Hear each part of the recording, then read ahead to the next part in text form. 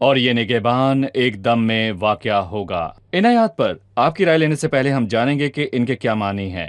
میں اریل کا مطلب جاننا چاہتا ہوں۔ تیری بولی خاک پر سے چرگنے کی آواز معلوم ہوگی کہ کیا معنی ہے۔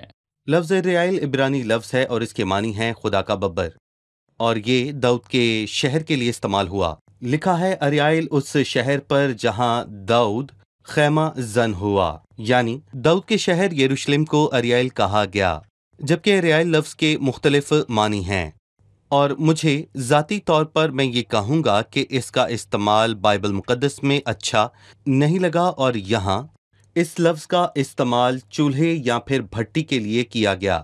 حزقیل کے 43ویں باب میں پیتل کے مذبے کا ذکر ہے اور اریائل بھٹی ہے۔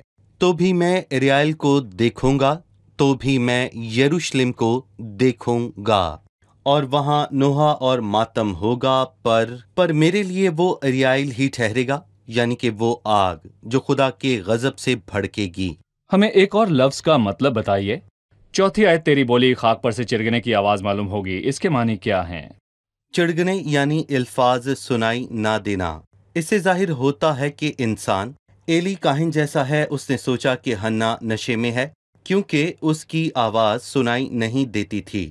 وہ بہت مصیبت کے باعث ایسے الفاظ بولیں گے، اور میں کہوں گا کہ اسرائیل کے لوگ اپنے دکھ کے سبب سے یوں کریں گے۔ جی، آپ نے بتایا کہ اریل یروشلم کے شہر کو کہا ہے یہ خدا کا ببر ہے۔ عدالت کا نتیجہ بھٹی کی مانند ہوگا جس ایک کو بھٹی، تپاتے جی۔ ہیں، بھٹی میں۔ مجھے بتائیں کہ اس شہر پر یہ عدالت کیوں آئی؟ 29ویں باب کی 9ویں آیت میں واضح ہے کہ اس شہر کی عدالت ہوگی، اس کو دکھ پہنچے گا۔ یہ شہر کیوں دکھ میں رہے گا؟ جب ہم باقی ابواب پڑھیں تو ہمیں خدا کے قہر کا سبب معلوم ہوتا ہے، لیکن خدا شریر سے کہتا ہے تجھے میرے آئین بیان کرنے سے کیا واسطہ؟ یہ لوگ ملک کو تباہ کرتے اور بتوں کی پرستش کرتے ہیں، پر خدا بے انصافی کو برداشت نہیں کرتا۔ مقدس محفل یسایہ پہلے باب میں لکھا ہے کہ کون تم سے چاہتا ہے کہ میری بارگاہوں کو روندو تمہاری مقرر عیدوں سے؟ وہ مجھ پر بارہ ہیں، میں ان کی برداشت نہیں کروں گا، میں ان عیدوں کی برداشت نہیں کر سکتا۔ سو پہلی آیت میں لکھا ہے کہ سال پر سال زیادہ کرو، عید پر عید منائی جائے۔ کون سی عید؟ کیا خدا کو ان کی سوچ اور ان کی عیدوں سے خوشی محسوس ہوتی ہے؟ وہ خدا کی بڑائی نہیں کرتے۔ اور یوحنا کی انجیل میں بہت مرتبہ یہ لکھا ہے کہ یہودیوں کی ایک عید ہوئی۔ جی۔ ان عیدوں کو خدا کی مقررہ عیدیں کہتے ہیں، خدا کی عیدیں۔ پر افسوس کہ کوئی ایسی چیز نہ تھی جس سے خدا کے دل کو خوشی مل سکتی۔ انہوں نے اپنے پسندیدہ کاموں کو کیا۔ انہوں نے وہ کیا جو ان کو پسند تھا۔ اور 13ویں آیت پر پہنچ کر ہمیں یہ معلوم ہوتا ہے کہ خدا کبھی بھی اس صورت کو برداشت نہیں کر سکتا کہ زبان پر خدا کا نام ہو لیکن دل خدا سے دور ہو۔ اس لیے خدا کا قہر و غضب لوگوں پر بھڑکا، اور وہ جو خدا کا نام بے فائدہ لیتے ہیں، لیکن ان سب کا دل خدا سے بہت ہی دور ہے۔ بھائی یوسف 5ویں آیت ہے، لیکن تیرے دشمنوں کا غول باریک گرد کی مانند ہوگا، اور ان ظالموں کی گروہ اڑنے والے بھوسے کی مانند ہوگی، اور یہ نگہبان ایک دم میں واقع ہوگا۔ اس نے کہا کہ دشمن یروشلم کا محاصرہ کریں گے۔ خدا نے ان کو کیوں جمع کیا؟ وہ ان کو تباہ کرے گا یا یروشلم کو؟ مجھے 5ویں آیت کی وضاحت کی ضرورت ہے۔ جی، ان کا مقصد یہی ہے کہ لوگوں کو تربیت دیں، وہ یہ کام کریں گے، لیکن خدا کے دیندار لوگ یہ فریاد کریں گے کہ کاش کہ تو آسمان کو پھاڑے اور اتر آئے۔ خداوند ان کو جواب دے گا، اور یہ تبدیلی اور نجات ایسی ایک دم واقع ہوگی کہ کوئی بھی یقین نہیں کرے گا۔ لیکن تیرے دشمنوں کا غول باریہ گرد کی مانند ہوگا، اور یروشلم ایک بھٹی کی مانند ہوگا، لیکن یکدم یہ منظر تبدیل ہوگا۔ اور پھر 7ویں آیت میں اس کی وضاحت ہم کو ملتی ہے، خواب دیکھنے والے کی مانند جو کھانے پینے کے خواب دیکھتا ہے لیکن جا کر کچھ نہیں جی پاتا۔ ہاں، بالکل۔ اور میں کہوں گا کہ یہ الفاظ 28ویں باب کی 21ویں آیت میں بھی واضح طور پر بیان کیے گئے ہیں۔ خداوند اٹھے گا تاکہ اپنا کام بلکہ اپنا عجیب کام کرے، اور اپنا انوکھا کام وہاں پورا کرے۔ اور میں یہاں پر یہ بھی کہنا چاہوں گا کہ وہ ایک شکست کو فتح میں بدل دیتا ہے۔ صرف خدا ایسا کرنے کی قدرت رکھتا ہے۔ خدا اپنی برکت یا نجات یا عدالت سے اپنا کام کرتا ہے۔ یعنی کہ میں کہوں گا کہ یہ انوکھا کام ہے اور آپ اس کو بیان نہیں کر سکتے۔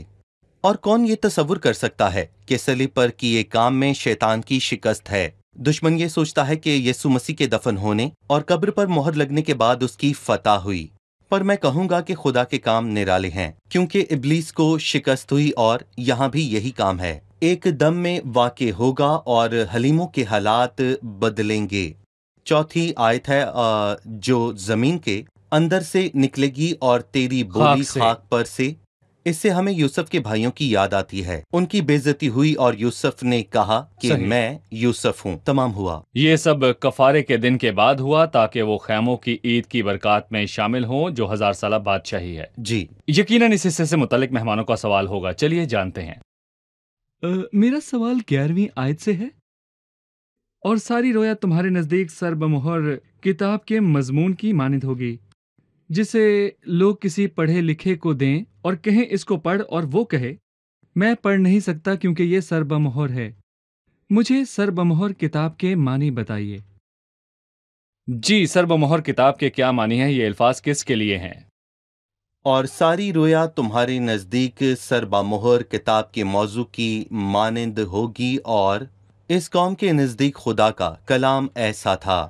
اس نے 2 طرح سے تشبیہ کا استعمال کیا۔ جو پڑھنا جانتا ہو، سربا مہر کتاب ہے اور کہیں اس کو پڑھیں، اور وہ کہے کہ میں اس کو پڑھ نہیں سکتا کیونکہ یہ سربا مہر ہے، یہ کھلی ہو اور کسی ناخواندہ کو دیں اور کہیں پڑھ، وہ کہے گا میں پڑھنا نہیں جانتا۔ در حقیقت یہ اس قوم کے لیے ایک سربا مہر کتاب ہے، وہ اس کو پڑھ نہیں سکتے۔ آخر کیوں؟ کیونکہ خدا نے ان کی بینائی اور قابلیت لے لی ہے، وہ آنے والی عدالت کو نہیں دیکھ سکتے۔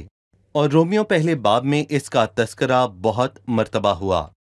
اور خدا نے فرعون کے دل کو سخت کر دیا، ان کو اندھا کر دیا، اور جنہوں کو روشنی ملی تھی انہوں نے انکار کر دیا۔ سو ہمیں 13ویں آیت پڑھ کر معلوم ہوتا ہے کہ وہ دیکھ نہیں سکتے تھے۔ لوگ زبان سے میری نزدیکی چاہتے ہیں اور ہونٹوں سے میری تعظیم کرتے ہیں، لیکن ان کے دل مجھ سے دور ہیں۔ اگر ہم یسایہ 29ویں باب کا ذکر نہ کریں تو میں کہوں گا کہ نئے عہد نامے کی کتاب مکاشفہ مسیح کا مکاشفہ ہے، اور بہت سے مسیحیوں کے لیے یہ کتاب سربا مہر ہے، سربا مہر، یا پھر وہ اس کو کھولتے ہیں پر افسوس کہ پڑھنا نہیں جانتے۔ بس یہ ان کا نقصان ہے، کیونکہ خدا کا کلام اس لیے نہیں کہ اس کو بغیر پڑھے بند کر کے رکھ دیا جائے۔ جو بھی مکاشفہ کی کتاب کا مطالعہ کرے اور اس کی پیشن گوئیوں کو سمجھے، اس کے لیے بہت سی برکات ہیں۔ یہ ایک مکاشفہ ہے، کچھ مکاشفہ بھید نہیں۔ میں اکثر جگہوں پر جاؤں تو یہ سنتا ہوں، کلیسیا میں بہت کم رہنما مکاشفہ کی کتاب کا مطالعہ کرتے ہیں۔ وہ اس کو سر بمہر کتاب کہتے ہیں، بہت کم یہ سر بہم لوگ اس کو کتاب سمجھتے ہے، ہیں۔ وہ اس کو نہیں چاہتے۔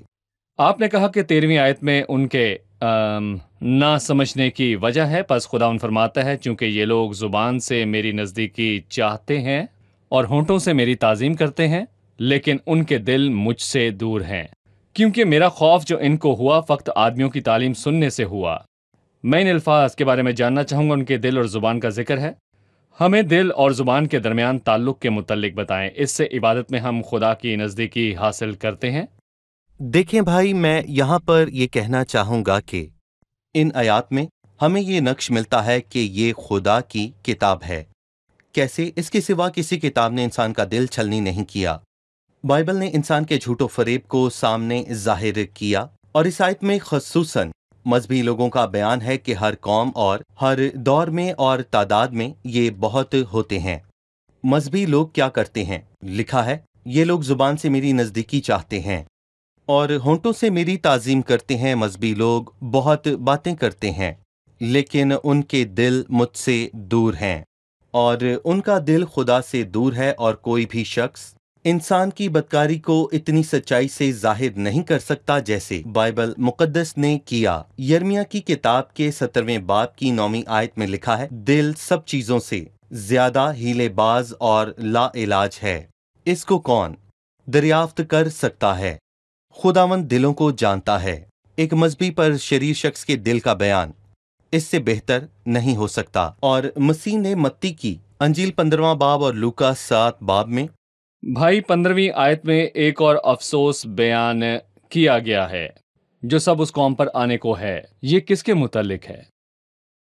جو بھی خدا سے چھپتے ہیں اور سوچتے ہیں کہ خدا کو معلوم نہیں، جن کا کاروبار اندھیرے میں ہوتا ہے اور کہتے ہیں کون ہمیں دیکھتا ہے اور کون ہمیں پہچانتا ہے، وہ ظاہری شکل و صورت پر دھیان کرتے ہیں جو لوگوں کے سامنے ہے، لیکن خدا کی پرواہ نہیں کرتے۔ 16ویں آیت، تم کیسے ٹیڑھے ہو۔ جی۔ اور میں نے کچھ عرصہ پہلے غلطی سے کچھ پڑھ لیا تھا، یہ دھوکہ ہے یقیناً، اور میں کہوں گا وہ لوگ دھوکے میں فریب رہتے کھاتے ہیں۔ ہیں۔ کیا؟ فریب۔ جی ہاں، اس لیے جو بھی یہ خیال کرتا ہے کہ خدا اس کو اندھیرے میں نہیں دیکھ سکتا، وہ خود کو دھوکہ دیتا ہے۔ 17ویں آیت سے نیا حصہ شروع ہوتا ہے بھائی یوسف۔ لکھا ہے کیا تھوڑا ہی عرصہ باقی نہیں کہ لبنان شاداب میدان ہو جائے گا اور شاداب میدان جنگل گنا جائے گا۔ بھائی یوسف ہمیں 17ویں آیت سے شروع ہونے والے حصے کے متعلق بتائیے۔ 17ویں باب کے آخر تک 7 اور 8 آیات کی واضح تشریح ہے۔ 7 اور 8 آیات میں لکھا ہے، یہ سب ایک دم واقع ہوگا، ان کی شکست یکدم فتح میں تبدیل ہو جاتی ہے، اور میں اس کی وضاحت کروں گا۔ کیا تھوڑا ہی عرصہ باقی نہیں ہے کہ لبنان شاداب میدان ہو جائے گا؟ خداوند اس قوم میں کام کرے گا۔ یہاں پر صرف شاداب میدان یا پھر جنگل کی بات نہیں، یقیناً فطرت میں بھی ایسا ہوگا، اور اس کا مطلب ہے کہ ان کے دل جنگل بن چکے ہیں، پر وہ شاداب میدان ہو جائیں گے۔ اسی لیے لکھا ہے کہ تب مسکین خداوند میں زیادہ خوش ہوں گے، اور غریب و محتاج اسرائیل کے قدوس میں شادمان ہوں گے، کیونکہ ظالم فنا ہو جائیں گے، اور حیوان اور ٹھٹھا کرنے والا یعنی جھوٹا نبی نابود ہوگا، اور سب جو بدکاری کے لیے بیدار رہتے ہیں کاٹ ڈالے جائیں گے۔ اور اس نے یہاں پر تبدیلی کی بات کو واضح طور پر بیان کیا۔ انسان کو صرف حلیمی کے ساتھ خدا کے حضور توبہ کرنے کی ضرورت ہے، اور اگر انسان حلیمی کے ساتھ توبہ کرے تو خدا اسے بچا لے گا۔ میری توجہ اس بات پر گئی کہ خدا ایک دم چیزوں کو بدل دے گا۔ جی، خداوند ایک ہی لمحے میں سب بدل سکتا ہے۔ میری توجہ اس بات پر گئی کہ خدا ایک دم سب چیزوں کو بدلے گا۔ خداوند ایک ہی لمحے میں سب کچھ بدل سکتا ہے، اور سب سے شاندار بات یہ ہے کہ اس نے صلیب پر موجود ڈاکو کو بچا لیا، جبکہ اسی صبح وہ مسیح پر لعنت کر رہا تھا، پر دوپہر کو بچایا گیا۔ شکریہ۔ اب ہم مہمانوں کے ساتھ کس کی دہرائی کریں گے؟ تیار ہیں؟ 29ویں باب کی پہلی آیت میں اریل کی عدالت ہے۔ ہمیں بتائیں کہ اریل کون ہے اور اریل کی کیا عدالت ہوئی؟ اریل کا مطلب خدا کا ببر ہے، اور خدا کے بقیے سے مراد 2 قبیلے یعنی یہودا اور بنیامین کا قبیلہ ہے۔ اریل کا شہر یروشلم کا شہر ہے۔ یروشلم کا شہر، جی بھائی، ٹھیک ہے۔ ابھی ہم نے ایک کتاب کا ذکر سنا، سربمہر کتاب کا ذکر۔ ان الفاظ کے کیا معنی ہیں؟ ہمیں اس کے معنی بیان کیجیے۔ سربمہر کتاب خدا کا کلام ہے، وہ سربمہر نہیں، پر وہ ان لوگوں کے لیے سربمہر ہے جو دیکھتے نہیں، اس لیے اب وہ سربمہر ہے، پر سب لوگوں میں اس کا اعلان ہوا۔ دراصل یہ ان لوگوں کی خامی ہے۔ جی ایسا ہی ہے۔ 10ویں آیت میں لکھا ہے، کیونکہ خدا نے تم پر گہری نیند کی روح بھیجی اور تمہاری آنکھوں کو نابینا کر دیا، اور وہ عدالت نہیں دیکھ سکے۔ آپ نے کہا وہ عدالت کو نہیں دیکھ سکتے۔ صحیح۔ خدا پہلے ایسا نہیں کرتا۔ جی۔ جب انسان خدا کی آواز کو بار بار رد کرتا ہے تو خدا بالکل ایسا کرتا ہے۔ صحیح۔ ٹھیک ہے۔ 13ویں آیت میں ان لوگوں کی بات ہوئی جو اپنی زبان سے خدا کی نزدیکی چاہتے ہیں، پر ان کا دل خداوند سے دور ہے۔ اس حصے میں خدا کی نزدیکی حاصل کرنے کے متعلق کیا کہیں گے؟ اس آیت میں مذہبی شخص کا ذکر ہے جو صرف ہونٹوں سے خدا کی تعظیم کرتا ہے، پر اس کا دل خدا سے دور ہے۔ کم از کم ظاہری طور پر مذہبی نظر آنے میں کیا برائی ہے؟ مذہبی شخص ظاہری طور پر مذہبی ہوتا ہے، پر اس کا دل خدا سے دور ہے، کیونکہ وہ خدا سے جدا ہے، اس کا خدا سے رشتہ قائم نہیں۔ ٹھیک ہے، بتائیے کہ ہمیں نیا دل کون دیتا ہے؟ خداوند یسوع ہی ہمیں نیا دل دے سکتا ہے۔ صحیح بھائی یوسف۔ خدا کو منافقت سے نفرت ہے۔ جب آپ بد کردار ہیں تو خدا کے سامنے اقرار کریں کہ مجھے تبدیل کرے اور مجھے بچائے۔ خدا کے پاس غرور کے ساتھ نہ آئیں، خدا کو تکبر منافقت سے نفرت ہے۔ اس نے بتایا کہ برے دل سے کی ہوئی ظاہری عبادت میں بہت منفی پہلو ہیں۔ صحیح۔ آپ سب کا شکریہ، خداوند آپ کو برکت دے۔ بھائی خدا یوسف کو آپ کا برکت بھی دے۔ شکریہ۔ عزیز ناظرین، آج کی قسط میں ہم نے سیکھا کہ خدا کے پاس ظاہری صفائی اور پاکیزگی سے حاضر ہونا کافی نہیں، کہ زبان سے اس کی تعظیم کریں اور خدا کی بڑائی کریں اور اس کا خوف مانیں۔ عزیزو، خدا ظاہری باتوں پر غور نہیں کرتا، وہ دل پر نظر کرتا ہے۔ جو اس کا خوف مانے، جو مجمع اور خلوت دونوں میں اس کا خوف مانتا ہو۔ عزیزو، خدا ظاہری راست بازی سے دھوکہ نہیں کھاتا، وہ پاک دل پر نظر کرتا ہے جسے اس سے محبت ہو اور اس کا خوف مانے۔ یہ دل کسی شخص کی بدولت نہیں ہوتا، انسان اپنے دل کو خود صاف نہیں کر سکتا، یہ صرف خدا کی بدولت ہوتا ہے۔ یہ مسیح پر ایمان رکھنے سے ہوتا ہے۔ مسیح ہمیں ایک ہی لمحے میں تبدیل کرتا ہے۔ جنگل جو ہے شاداب میں بدل جاتا ہے، بنجر زمین زرخیز ہو جاتی ہے۔ اگلے پروگرام میں پھر ملاقات ہوگی۔ خداوند آپ کے ساتھ ہو۔